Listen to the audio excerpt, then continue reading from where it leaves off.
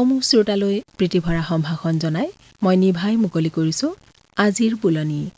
শ্ৰোতাসকল, অসমৰ প্ৰথমটো মহিলা সংগঠন অসম প্ৰাদেশিক মহিলা সমিতিয়ে ২০২৬ বৰ্ষত শতবৰ্ষত ভৰি দিছে। বুলনিত আজি এই উপলক্ষে ৰচিত এখনি আলেখ্য আগবঢ়াবলৈ লৈছোঁ। এয়া শুনক আলোকৰ অভিযাত্ৰী।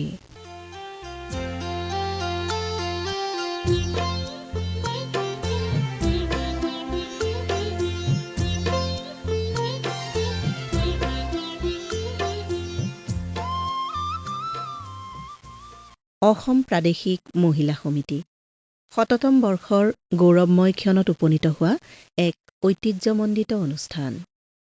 ১৯২৬ চনত জন্ম হোৱা অসম প্ৰাদেশিক মহিলা সমিতিয়ে বিগত এটা শতিকা ধৰি নাৰীৰ অধিকাৰ আৰু সবলীকৰণৰ হকে কাম কৰি আহিছে। এই যাত্ৰাৰ আৰম্ভণি হৈছিল এটা শতিকা পূৰ্বেই। জাতিৰ পিতা মহাত্মা গান্ধীৰ আদৰ্শৰে অনুপ্ৰাণিত হৈ অসমৰ মহিলাসকলে ভাৰতৰ স্বাধীনতা আন্দোলনত সহযোগ কৰিছিল। ১৯২১ চনত গান্ধীজীৰ অসম আগমনে অসমীয়া নাৰীৰ এই উৎসাহ দুগুণে বঢ়াইছিল। ১৯২৬ চনত ধুবুৰীত অসম সাহিত্য সভাৰ বছেৰেকীয়া অধিৱেশনত পদ্মশ্ৰী চন্দ্ৰপ্ৰভা শইকীয়ানী, ৰত্না বেজবৰুৱা, স্নেহলতা ভট্টাচাৰ্য প্ৰমুখ্যে বহু সংখ্যক মহিলা প্ৰতিনিধিয়ে যোগদান কৰিছিল। এই অধিৱেশনতে সাহিত্য সভাৰ সভাপতি বেণুধৰ ৰাজখোৱাই অসম মহিলা সমিতি গঠন কৰিবলৈ জোৰ দিয়ে। ৰাজখোৱাৰ সভাপতিত্বতে বিজনী হলৰ মহিলা সভাত অসম মহিলা সমিতি স্থাপন হোৱা বুলি ঘোষণা কৰা হয়। সভাই চন্দ্ৰপ্ৰভা শইকীয়ানীক সম্পাদিকা হিচাপে দায়িত্বভাৰ অৰ্পণ কৰে। এই অনুষ্ঠানটিয়েই পাছলৈ অসম প্ৰাদেশিক মহিলা সমিতি নামেৰে পৰিচিত হয়গৈ। অসম প্ৰাদেশিক মহিলা সমিতিৰ মাহেকীয়া আলোচনী অভিযাত্ৰীৰ এটা সম্পাদকীয়ত চন্দ্ৰপ্ৰভা শইকীয়ানীয়ে অনুষ্ঠানটিৰ বিষয়ে এনেদৰে উল্লেখ কৰিছে।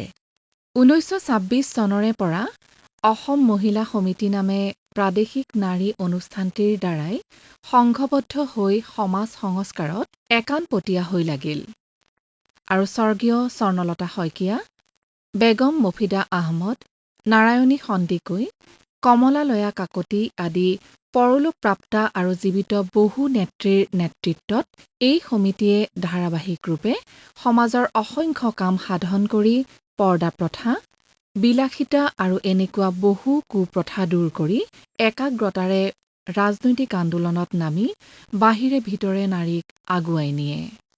অসমৰ প্ৰথমটো মহিলা সংগঠনৰ জন্মৰ বিষয়ে আন এটা প্ৰবন্ধত চন্দ্ৰপ্ৰভা শইকীয়ানীয়ে লিখিছে, আজিকালিৰ ছোৱালী আৰু সমিতিবিলাকে এই সমিতিখনৰ ইতিবৃত্ত জনা উচিত। এই ইতিবৃত্ত অসমৰ মহিলাসকলৰ আত্মচেতনাৰ জাগৰণৰ এক দলিল।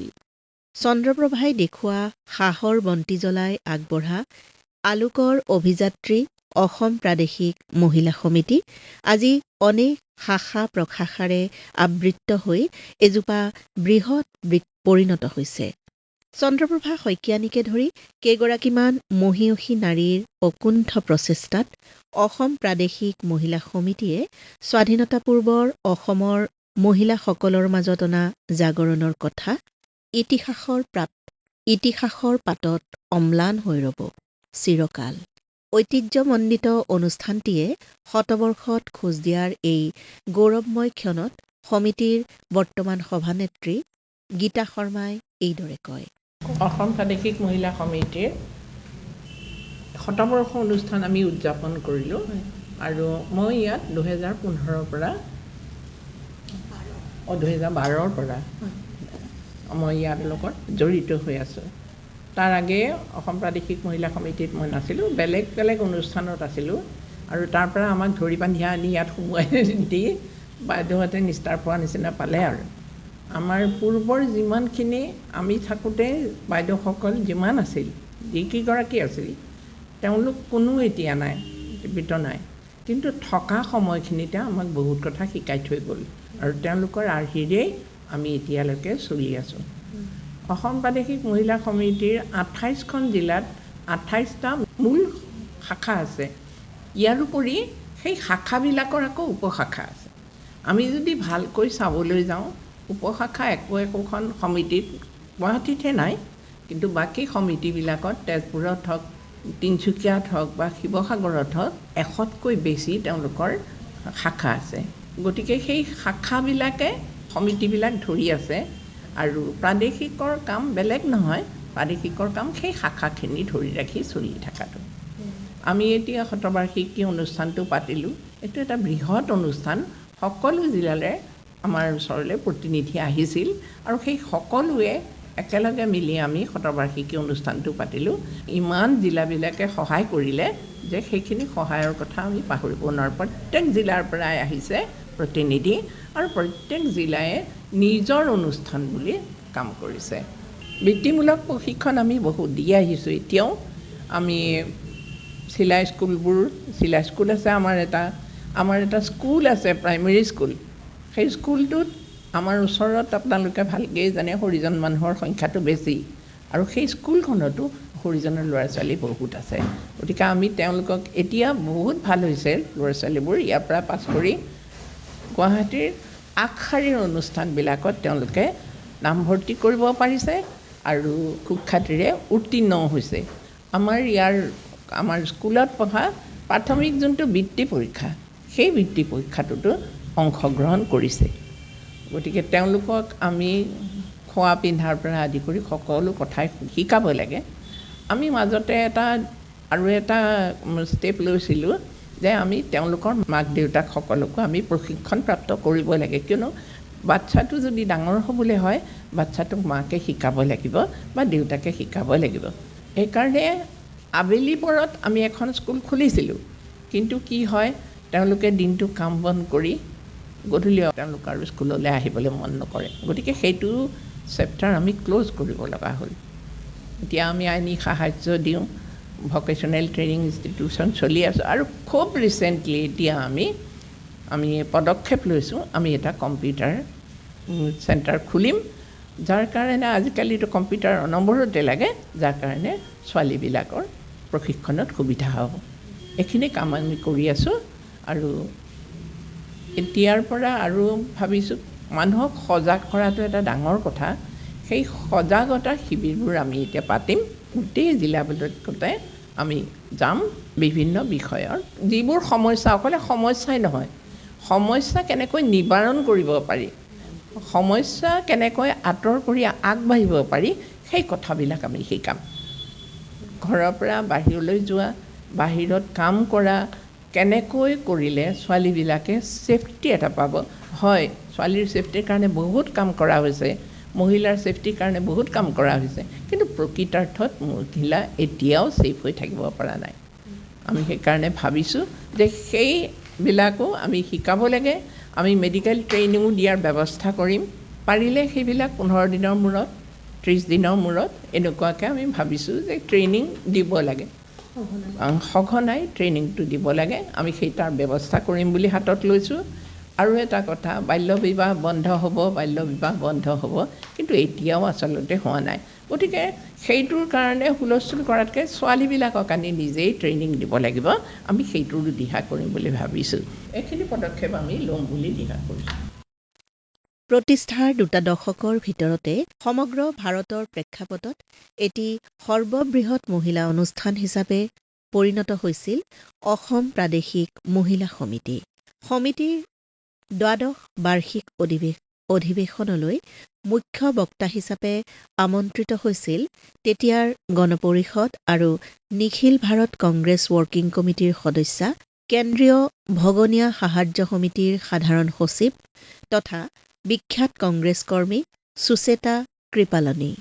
শ্ৰীমতী কৃপালনীয়ে তেওঁৰ ভাষণত অসম প্ৰাদেশিক মহিলা সমিতি সমগ্ৰ ভাৰতৰ ভিতৰতে এটি সৰ্ববৃহৎ মহিলা অনুষ্ঠান বুলি মন্তব্য কৰিছিল। অসম প্ৰাদেশিক মহিলা সমিতিৰ মাহেকীয়া আলোচনীৰ 1949 চনৰ এপ্ৰিল মাহৰ অভিযাত্ৰীত শ্ৰীমতী কৃপালনীয়ে দিয়া হিন্দী ভাষণৰ পূৰ্ণপাঠৰ অসমীয়া অনুবাদ প্ৰকাশ কৰা হৈছিল। সেই ভাষণটিত এই বুলি উল্লেখ কৰা হৈছে: এই সমিতিৰ সভ্যাৰ সংখ্যা 41,000 বুলি জনা গৈছে। ইমান সভ্যা সংখ্যাৰে ভাৰতৰ ভিতৰত কোনো মহিলা অনুষ্ঠান আৰু নাই। সম্পূৰ্ণ গণতান্ত্ৰিক পদ্ধতি মতে ইয়াক পৰ্যায়ক্ৰমে গঢ়ি নিয়া হৈছে। অসমক পিছপৰা প্ৰদেশ বুলি অন্যান্য প্ৰদেশবোৰে ইটিকিং কৰে। কিন্তু মই সেইবোৰ প্ৰদেশক এতিয়া কমগৈ যে যি প্ৰদেশক আপোনালোকে পিছপৰা বুলি হাঁহে, সেই প্ৰদেশৰ তিৰোতাসকলে কৰা আচৰিতজনক উন্নতি আপোনালোকে চাই আহকগৈ। মই যলৈকে যাম, আপোনালোকৰ এই সৰ্ববৃহৎ গণতান্ত্ৰিক অনুষ্ঠানৰ কথা কম। মই জানো এই ৪১,০০০ সভ্যাৰ ভিতৰত অন্ততঃ শতকৰা এজনেও সেৱাৰ ব্ৰত মূৰ পাতি ল'ব। ১,০০০ৰ পৰা ১০০জনো অন্ততঃ উন্নতিৰ বাটত আগুৱাই যাব পাৰিব। শতবৰ্ষ উপলক্ষে সমিতিয়ে বিগত বৰ্ষৰ পৰাই কেইবাটাও কাৰ্যসূচী ৰূপায়ণ কৰি আহিছে। যোৱা ২৮ ফেব্ৰুৱাৰী আৰু ১ মাৰ্চত শ্ৰীমন্ত শংকৰদেৱ কলাক্ষেত্ৰত দুদিনীয়া কাৰ্যসূচীৰে সমিতিয়ে শতবৰ্ষ উদযাপন কৰে। এই অনুষ্ঠানতে সমিতিৰ শতবৰ্ষ স্মৃতিগ্ৰন্থ বিজয়িনী উন্মোচন কৰা হয়। সমিতিৰ সাধাৰণ সম্পাদিকা সুচিত্ৰা কেওটৰ সম্পাদনাত প্ৰকাশিত বিজয়িনীয়ে অসম প্ৰাদেশিক মহিলা সমিতিৰ শতিকাজোৰা গৌৰৱগাথাৰ বৰ্ণময় অভিজ্ঞতাৰ কাহিনী সামৰি লোৱাৰ প্ৰয়াস কৰিছে। শ্ৰীমতী সুচিত্ৰা কেওটে কয়, অসম প্ৰাদেশিক মহিলা সমিতিৰ শতবৰ্ষ উপলক্ষে আপোনালোকে বিজয়িনী নামেৰে এখন স্মৃতিগ্ৰন্থ উলিয়াইছে, য'ত আপোনালোকে খতিয়ান দাঙি ধৰিছে গোটেই ১০০টা বছৰৰ, এটা শতিকাৰ, এটা দীঘল সময়। সেই দীঘল সময়ছোৱাৰ কথা আপোনালোকে ইয়াত যিমান পাৰি তথ্য মহিলা সমিতিৰ এই যাত্ৰাৰ এই দীঘলীয়া পৰিক্ৰমাৰ কথা আপোনালোকে উল্লেখ কৰিছে। সম্পাদিকা সুচিত্ৰা কেওট, আপোনাক সুধিব বিচাৰিছোঁ বিজয়িনী সম্পাদনা কৰাৰ অভিজ্ঞতাৰ বিষয়ে। বিজয়িনী অভিজ্ঞতা ক'বলৈ গ'লে প্ৰথমতেই আমি ক'ৰ পৰা আৰম্ভ কৰিম, কেনেকৈ আৰম্ভ কৰিম আমি ভাবিবই পৰা নাছিলোঁ। কিন্তু এই ক্ষেত্ৰত আমাক চন্দ্ৰপ্ৰভা শইকীয়ানীৰ নাতিয়েক অতনু শইকীয়াই বহুতখিনি সংগ্ৰহ কৰি দিলে, যাৰ কাৰণে আমাৰ অলপ হ'লেও সহায় হ'ল। বাকী আমাৰ সমগ্ৰ অসমব্যাপী যিমান জিলা আছে, জিলাবিলাকেও আমাক বহুতখিনি যোগাৰ পাতি ভালকৈ কৰি পেলাই তেওঁলোকে প্ৰত্যেকৰে এটা এটা প্ৰবন্ধ দিছে। তাৰপিছতে অৰূপা পতংগীয়া কলিতাই আমাক এই বিজয়িনী নামটোত অৰূপা পতংগীয়া কলিতাই আমাক দিলে, আৰু বেটুপাতখন আমাক নীলিমা ঠাকুৰীয়া আমাক কৰি দিছে। আৰু বাকী আমাৰ গোটেই জিলাবিলাকৰ সকলোৱে যিমানখিনি জানে, যেনেকৈ জানে সকলোখিনিৰ পৰা সংগ্ৰহ কৰিলোঁ। ইতিহাস বুলি পেলাই আমি ইতিবৃত্ত হিচাপে উলিয়ালোঁ। নিৰুপমা বাইদেউৰ ওচৰলৈ গ'লোঁ, তেখেতেও আমাক বহুত অৰিহণা যোগালে। আলোচনীখনৰ একদম শেষ পৃষ্ঠাত আপোনালোকে নিৰুপমা বাইদেউৰ লেখনিটোৰ যিটো শেষ পৃষ্ঠাটো, তাত মানে চন্দ্ৰপ্ৰভা বাইদেউ যিদিনা ঢুকাইছিলে সেইদিনা গুৱাহাটীত বোলে প্ৰলয় হৈ গৈছিলে, আৰু এনেকুৱা মহিলাৰ জাগৰণ এটা হৈছিলে যিটো বস্তু কেতিয়াও কোনেও দেখা নাই। কাৰণ আমাৰ অসমীয়া তিৰোতা মানুহ সাধাৰণ শ্মশানলৈ নাযায়, কিন্তু সেইখিনি সময়ত বোলে শ্মশানত মাইকী মানুহৰ গাঁৱে গাঁৱে মানুহ আহি একদম ভৰ্তি হৈ গ'ল, মহিলাসকল। সেইটো এটা বৰ আশ্চৰ্যজনক কথা। সেইকাৰণে আমি সেই বস্তুখিনিও ইয়াতে সন্নিৱিষ্ট কৰি দিছোঁ আলোচনীখনৰ ক্ষেত্ৰত। সুদীৰ্ঘকাল ধৰি অসম প্ৰাদেশিক মহিলা সমিতিৰ সৈতে জড়িত হৈ আছে জয়শ্ৰী চলিহা। সমিতিৰ শতবৰ্ষত আমি তেওঁৰ অনুভৱো জনাৰ প্ৰয়াস কৰিছিলোঁ। অসম প্ৰাদেশিক মহিলা সমিতিৰ শতবৰ্ষ অনুষ্ঠানত যোগ দিবলৈ পাই নিজেই ধন্য হৈছোঁ। চন্দ্ৰপ্ৰভা শইকীয়ানী জেঠাইদেউৰ আত্মাই শান্তি পাইছে বুলি ভাবি নিজেই গৌৰৱ অনুভৱ কৰিছোঁ। আমি যেতিয়া ডিব্ৰুগড়ৰ পিনে তামোলবাৰী চাহ বাগিচাত আছিলোঁ দেউতা জ্যোতিপ্ৰসাদৰ লগত, সেই সময়ত ডিব্ৰুগড় মহিলা সমিতিয়ে এখন ডাঙৰ সভা পাতিছিলে। মোৰ সেই সময়ত ৯-১০ বছৰমান আছিল চাগে। মই তাত কৰিবলৈ মোৰ সৌভাগ্য হৈছিলে। তাতে চন্দ্ৰপ্ৰভা শইকীয়ানী জেঠাইদেউক প্ৰথম দেখোঁ, আৰু ডিব্ৰুগড়ৰ বহুত স্বনামধন্য মহিলাসকলক তেতিয়া দেখিছিলোঁ। তেজপুৰলৈ যেতিয়া আহিলোঁ তেতিয়া ঘৰতে মহিলা সমিতিখন পালোঁ। মহিলা সমিতিৰ ঘৰ নথকাত খুৰীদেউ মীনা আগৰৱালাই গাঁৱৰ মহিলাসকলক দগা পাল্লাৰে সূতা জুখি দিছিলে। মহিলাসকলক কেনেকৈ স্বাৱলম্বী কৰা হয় সৰুৰ পৰাই দেখি আহিছিলোঁ। আৰু আমি যেতিয়া ডিব্ৰুগড়ৰ সভাখনত গৈছিলোঁ, সেই সময়তে যিখন তাৰ মানে হেৰি আছিলে, সাংস্কৃতিক অনুষ্ঠান তাতে দেউতাই এই জোনাকী বাটৰ আইদেউৰ জোনাকী বাট বুলি যিটো তেখেতৰ এটা প্ৰবন্ধ আছে নহয় হয়। দেউতাৰ ৰচনাৱলীখনত তাত সেইটো আছে। সেই তাতে তেখেতে আইদেউৰ জোনাকী বাটটো পাঠ কৰিছিলে। আমি সৰু আছিলোঁ যদিও মানে অলপ অলপ মনত পৰিছে। আৰু তেজপুৰলৈ আহিতো খুৰীদক দেখিলোৱে, গোটেই ঘৰখনেই মানে তাত আছিলে। দেখি সঁচাকৈ খুব ভাল লাগিছিল। মই যেতিয়া গুৱাহাটীলৈ আহিলোঁ তেতিয়া মই পেহিদেউ নীৰা ডোগৰা সেই সময়ত ছ'চিয়েল ৱেলফেয়াৰৰ চেয়াৰমেন আছিলে। আৰু মই টিচি স্কুলত মোক নাম লগাই দিছিলে। মই টিচি স্কুলত পঢ়োঁতে তেতিয়া সেইখিনিতে মহিলা সমিতিৰ ঘৰটো থাকোঁতে মই মানে চন্দ্ৰপ্ৰভা শইকীয়ানী, ইন্দুপ্ৰভা বৰুৱা, গিৰিজা বৰুৱা আৰু প্ৰীতি গোস্বামী বাইদেউহঁত অফিচত থাকে নহয়, তেতিয়া মই মানে কিবা মোৰ হাততে তেওঁলোকে চিঠি টিঠি দি পঠিয়াই, আকৌ তেওঁলোকে দিলেও মই লৈ আহিছিলোঁ স্কুল ছুটিৰ পৰা। তেনেকৈও আমি মহিলা সমিতিৰ কাম কৰিছোঁ। আৰু তেতিয়া মানে এই যাতায়াতৰ ইমান সুবিধা নাছিলতো। আমি পেহাদো জেনেৰেল মেনেজাৰ আছিল কাৰণে সেই নৈ পাৰৰ ঘৰটোত আছিলোঁ, যিটো DC বাংলো হৈছে সেই ঘৰটোত আমি আছিলোঁ। আৰু চন্দ্ৰপ্ৰভা শইকীয়ানী বা অমলপ্ৰভা দাস আহে মহিলা সমিতিৰ কাম কৰিবলৈ। তেখেতসকল আমাৰ তেতিয়াতো চাৰ্কিট হাউচ আছিলে, আমাৰ মানে পকী ঘৰতে আছিলে। তাৰপিছতে মই যেতিয়া বিয়া হৈ আহিলোঁ শিৱসাগৰলৈ, তেতিয়া ঘৰখনত মানে মহিলা সমিতিৰ কাৰণে আমাৰ খুৰীদেউ বিমলা চলিহাহঁতৰ পৰিবাৰহঁত মানে জড়িত নাছিলে, যদিও সেই সময়ত মানে শিৱসাগৰৰ মহিলা সমিতিখন মানে নিষ্ক্ৰিয় হৈ আছিলে। তেতিয়া নীৰা ডোগৰা, ইন্দুপ্ৰভা বৰুৱা আৰু অন্নপূৰ্ণা বৰুৱা শিৱসাগৰলৈ আহি আমাৰ ঘৰতে থাকি মহিলা সমিতিখন নতুনকৈ গঠন কৰিছে।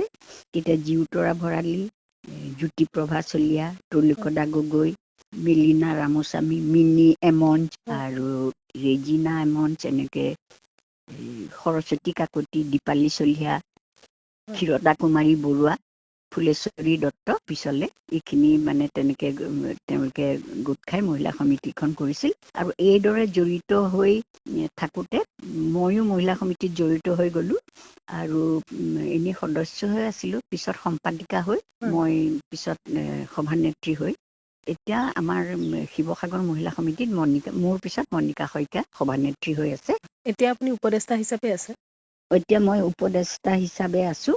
আগতে মানে এই শৰণীয়া আশ্ৰমৰ লগত আমাৰ মহিলা সমিতিখনে কিবা কাম কৰিব লাগে নেকি, কি কৰিব লাগে, এনেকৈ মানে আমাক মানে উপদেশ দি থাকে।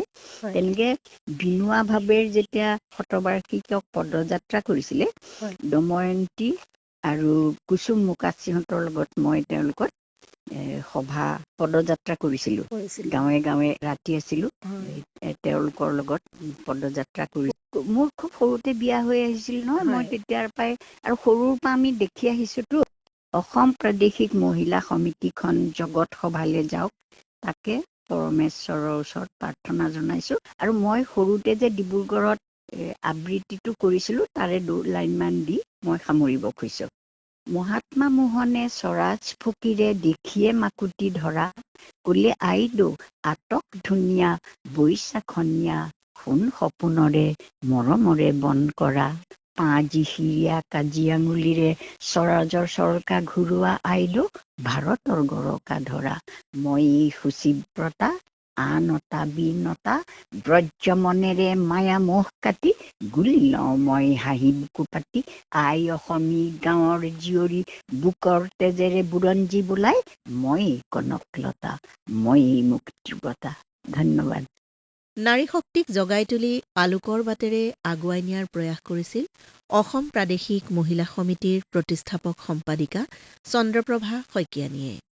অসমৰ গাঁৱে ভূঞে চহৰে নগৰে কল্যাণকামী নানা অনুষ্ঠানেৰে মহিলা সবলীকৰণ, শিক্ষাৰ প্ৰসাৰ, অন্ধবিশ্বাস দূৰীকৰণ আদিৰ দিশত অগ্ৰণী ভূমিকা লৈ অহা অসম প্ৰাদেশিক মহিলা সমিতিৰ বৰ্তমান উপসভাপতি লীনা বৰাই সোঁৱৰিলে অসম প্ৰাদেশিক মহিলা সমিতিৰ সৈতে সান্নিধ্যৰ মধুৰ স্মৃতি।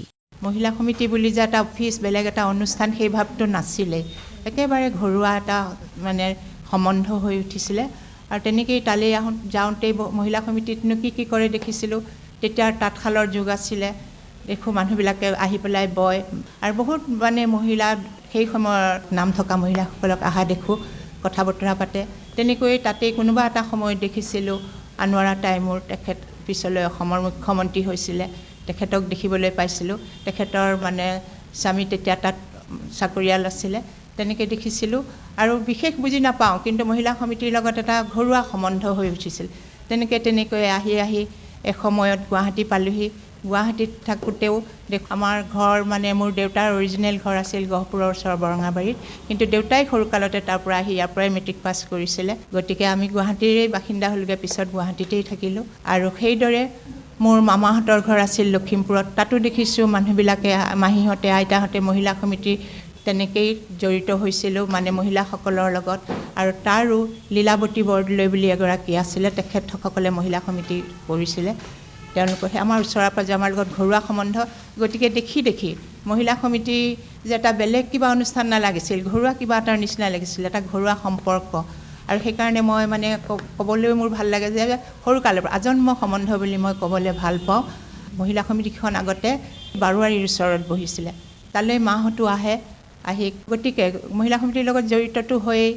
আৰু যেতিয়া বিয়া হৈ গ'ল, আহি পেলাই যি ঘৰত আহিলোঁ তাত শাহুমাই প্ৰেচিডেণ্ট আছিলে বহু বছৰ। মোৰ শাহুমা তেখেত কমল কুমাৰী বৰুৱা, তেখেত ঘৰলৈ যেতিয়া আহিলোঁ দেখোঁ মায়ে ৰাতি মানে আগতে তেখেত মিনিষ্টাৰো আছিলে, কিন্তু মা যেতিয়া ওলাই আহে, ঘৰত কিবা কাম থাকিলেও মাৰ আৰু সেইবোৰ নাই, যেনেকেই হওক ওলাই আহিব, গাড়ী আছে কিবা আছে সেইবিলাক নাই, বাছে চাছে উঠি ওলাই আহে। সেইবিলাক দেখিও অনুপ্ৰাণিত হৈছিল যে বহুত ডাঙৰ কাম কৰিছে। আৰু চন্দ্ৰপ্ৰভা শইকীয়ানী যে জন্মদাত্ৰী অসম প্ৰাদেশিক সমিতিৰ, তেখেতকো ঘৰুৱাভাৱে লগ পাইছিলোঁ। আৰু তেতিয়া আমি কলেজত পঢ়ি থকা আছিলোঁ, ছাত্ৰী আছিলোঁ। মহিলা সমিতিৰ যে এগৰাকী ডাঙৰ নেত্ৰী, সেই কথাটো সিমান মনলৈ আহিছিল। ঘৰলৈ সদায় লগ পোৱাই থকা এগৰাকী মানুহ, জেঠাই এগৰাকী তেনেকুৱা যেনেই লাগিছিলে।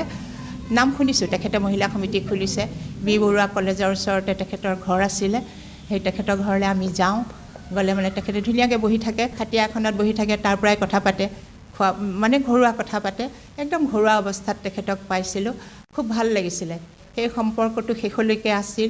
এগৰাকী মানে দেখিলে নালাগে যে এইগৰাকী মানুহৰ ইমান শক্তি আছে, এখন মানে ৰক্ষণশীল সমাজৰ বিৰুদ্ধে যুঁজিব পাৰিছিলে।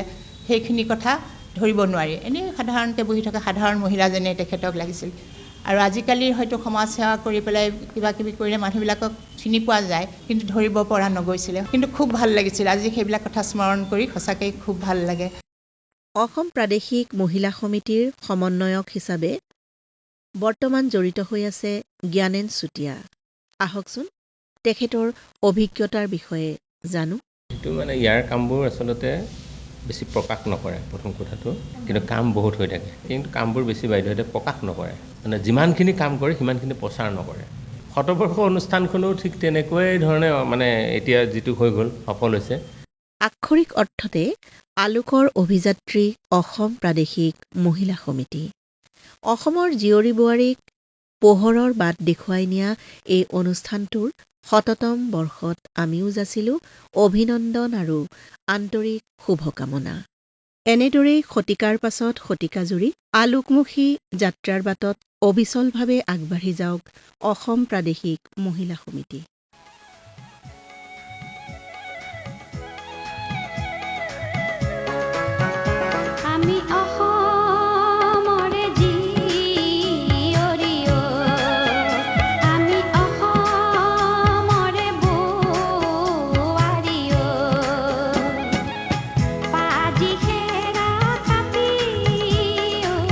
পাজি খেৰা কাটি ৰাতিতে টঙালি বৈ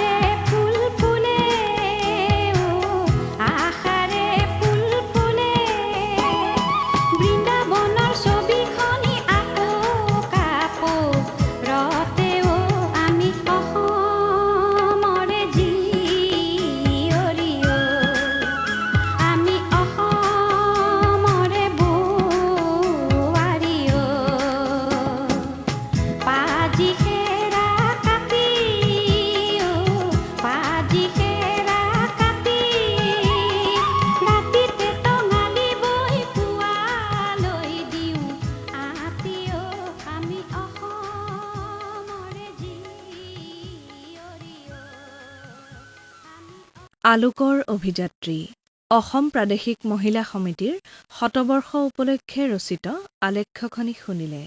আলেখ্যখনিৰ ৰচনা নিভাৰাণী ৰায়ৰ, বিৱৰণী পৰিণীতা শইকীয়া আৰু চয়নিকা ডেকাৰ, প্ৰযোজনা ঋতুপৰ্ণ দাসৰ।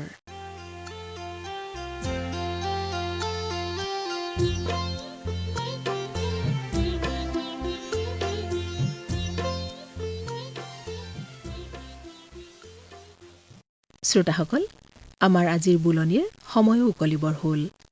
আপোনালোকলৈ পুনৰ প্ৰীতি শুভেচ্ছাৰে বুলনি সামৰি মই নিভাই বিদায় লৈছোঁ। নমস্কাৰ।